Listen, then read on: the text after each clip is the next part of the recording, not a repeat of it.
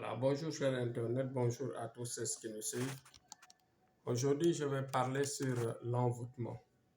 L'envoûtement, je l'ai un peu parlé hier concernant la partie qui consiste à attirer la personne par un travail, attirer son âme sœur, attirer une personne pour qu'elle puisse t'aimer, pour qu'elle puisse rester vivre avec toi. Mais il y a une partie d'envoûtement qu'on appelle l'envoûtement qui consiste juste à faire du mal. Il y a un envoûtement qui, par intention, fait du mal. Vous le savez. Bon, dans l'histoire du monde, vous savez qu'à plusieurs fois, on a rencontré des gens à qui on a fait du mal. On a gâté leur vie par un travail qui parfois leur handicap ou bien leur fait un handicap durant toute leur vie. Commence parce que tout simplement quand vous voyez que quand on travaille sur la personne, on affaiblit son âme, on affaiblit son étoile, on affaiblit sa force. Même ça peut agir parfois même sur sa force physique, sur son intelligence. Dans le global, quand on fait un envoûtement à une personne, c'est-à-dire que ça soit un envoûtement passant par ce qu'on appelle euh,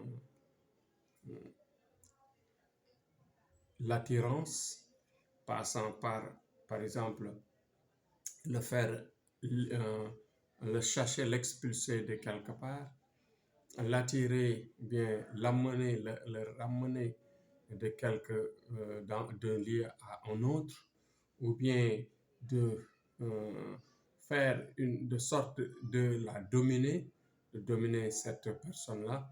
Vous voyez que dans tous ces cas-là, qu'est-ce qui va se passer? Il y a ce qu'on appelle l'enjeu de l'affaiblissement. En général, quand on affaiblit la personne, on diminue directement ses capacités. Et quand on diminue ses capacités, ça finira toujours par créer ça crée ce qu'on appelle bien sûr le recul, c'est-à-dire les blocages. Et les blocages, c'est des choses à éviter aux gens. Parce que quand quelqu'un est bloqué, vous voyez, c'est difficile. Il vit difficilement, il évolue difficilement et cela retarde beaucoup ses activités, cela retarde beaucoup sa vie. Donc, ce que je dis aux gens, d'éviter à chaque fois de faire des envoûtements. Ou bien quand il faut faire un envoûtement, aller voir quelqu'un qui peut bien le faire sans pour autant lui faire du mal. Parce que quand on envoûte, vous voyez, en général, il y a des marabouts, ou bien des féticheurs, ou bien, vous voyez, des gens qui ne savent pas limiter. Parce que un envoûtement, ça doit se limiter, soit doit se faire dans les normes. Il y a des sacrifices qu'on peut faire. Et pour trouver exactement le sacrifice, il faut savoir faire une bonne voyance. Donc, le marabout qui est capable de faire la voyance et d'avoir la possibilité de travailler ce sujet, il est fort. Ce sont ces gens-là qui sont adaptés à ce métier.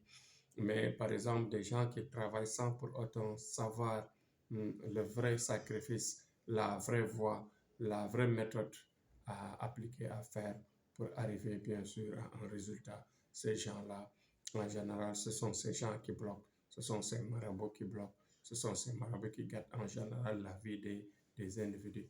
Donc, c'était là aujourd'hui un rappel et une leçon de vie qu'il faut vraiment retenir et qu'il faut vraiment savoir. Donc, à chaque fois, la personne, en ce qui la concerne, il faut toujours se nettoyer, il faut toujours se nettoyer, il faut toujours à chaque fois se renouveler de nettoyage, se protéger surtout avec des travaux comme la bague magique, comme la cervelle des liens, comme par exemple travailler comment dire, les cornes des animaux qui vivent très longtemps, ces cornes-là, en général, on peut les travailler et les enterrer en brousse.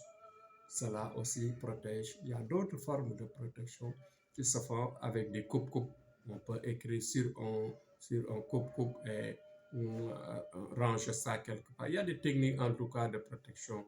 C'est pourquoi en général, il faut de temps en temps se nettoyer et se protéger, se renouveler de protection.